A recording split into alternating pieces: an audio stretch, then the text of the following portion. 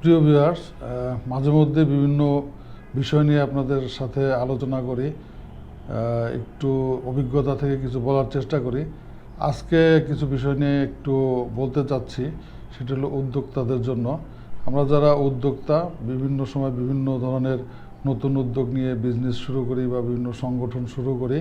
But এই যে business বা সংগঠন যাই আমরা শুরু করি, যেটা একটা নতুন জার্নি বা নতুন উদ্যোগ, এটা একটা কমপ্লিটলি জার্নির সাথেই তুলনা করা চলে এবং এই জার্নিটা মোটেই সুখকর নয়। আপনার মনে হয় একটা উদ্যোগ শুরু করলেন মানে কি, আপনি একটা বিক্ষুব্ধ সমুদ্রের মধ্যে জাহাজ নিয়ে একটা ডেস্টিনেশনের দিকে যাত্রা শুরু করলেন।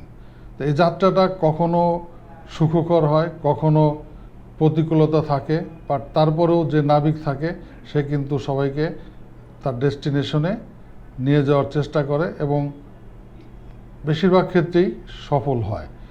তো এই যে জার্নি, এই জার্নিতে অনেক ধরনের প্রতিকূলতা থাকে, যেমন আপনার ইন্টারনাল প্রবলেম থাকে, এক্সটার্নাল কিছু প্রবলেম থাকে। যদি আমরা প্রথমত দুই ভাগে ভাগ করি, তো ইন্টারনাল প্রবলেমগুলো আপনার একটা বিজনেস স্টার্ট করার শুরুতে যেটা থাকে সেটা হলো পুঁজির সংকট থাকে, ক্যাপিটাল।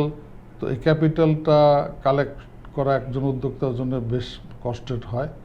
তো এরপরে আপনার ক্যাপিটাল হয়তো কালেক্ট হলো, এরপরে আপনি যখন বিজনেসটা অপারেশন করতে যাবেন তখন দেখা যাচ্ছে যে আপনার যে ম্যানেজমেন্ট আছে, ম্যানেজমেন্টের মধ্যে কনফ্লিক্ট আসে।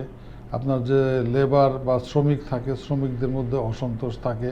তো এই যে ইস্যুগুলা, তো এই ইস্যুগুলা আপনার এই জার্নিটাকে বেশ ঝামেলায় ফেলে দেয়। এবং ব্যাংকের উপরে ডিপেন্ড করে যারা বিজনেস করে, তো ব্যাংকের বিভিন্ন ধরনের সমস্যা থাকে। তো এটা গেলো আপনার ইন্টারনাল সমস্যা। তো এর বাইরে যেটা থাকে সেটা হলো আপনার এক্সটার্নাল সমস্যা। ইন্টারনাল সমস্যাগুলো আমরা যদিও নিজেরাই অনেক সময় এটা সলভ করতে পারি, বাট এক্সটার্নাল সমস্যাগুলো সবগুলোর উপরে আমাদের কন্ট্রোলিং থাকে না। যেমন কিছু কিছু প্রবলেম আছে আপনার জাতীয় বিপর্যয়ের কারণে বা জাতীয় সমস্যার কারণে আমাদের হয়ে থাকে। কিছু কিছু সমস্যা আছে বৈশ্বিক আনরেস্টের কারণে আমাদের হয়ে থাকে। যেমন বর্তমানে আপনারা জানেন ইউক্রেনের এবং রাশিয়ার মধ্যে যে যুদ্ধ, এই যুদ্ধের কারণে কিন্তু বাংলাদেশি ব্যবসায়ীরা, বিশেষত যারা বৈদেশিক বাণিজ্যের সাথে জড়িত, চরমভাবে ক্ষতিগ্রস্ত হচ্ছে। ব্যাংকে এলসি করা যাচ্ছে না, ডলারের সংকট, এই যে এই বিষয়গুলোর উপরে কিন্তু একজন উদ্যোক্তার কোনো হাত থাকে না।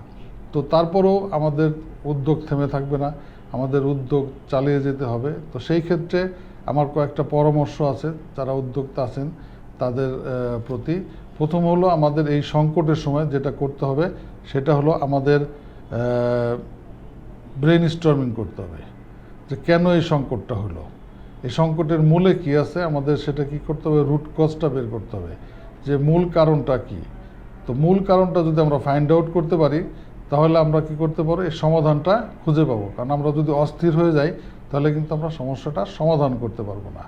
আর যেটা লাগবে সেটা হলো কি, আমাদের ধৈর্য লাগবে। মানে ধৈর্যর কোনো বিকল্প নাই। আপনি যত ধৈর্যশীল হবেন তত আপনি শান্ত মাথায় একদম ধীর স্থিরভাবে আপনার প্রবলেমগুলা সলভ করতে পারবেন। প্রবলেম সলভ মানে কি, আপনার উদ্যোগটা বা আপনার জার্নিটা স্মুথ হয়ে গেল। আর এই সবগুলো চ্যালেঞ্জ মোকাবেলার জন্য যেটা বড় দরকার সেটা হলো আপনার সাহস।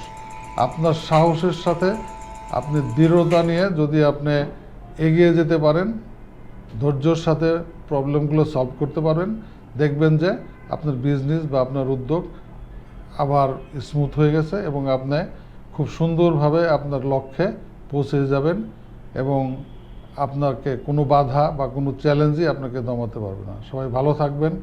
ধন্যবাদ সকলকে।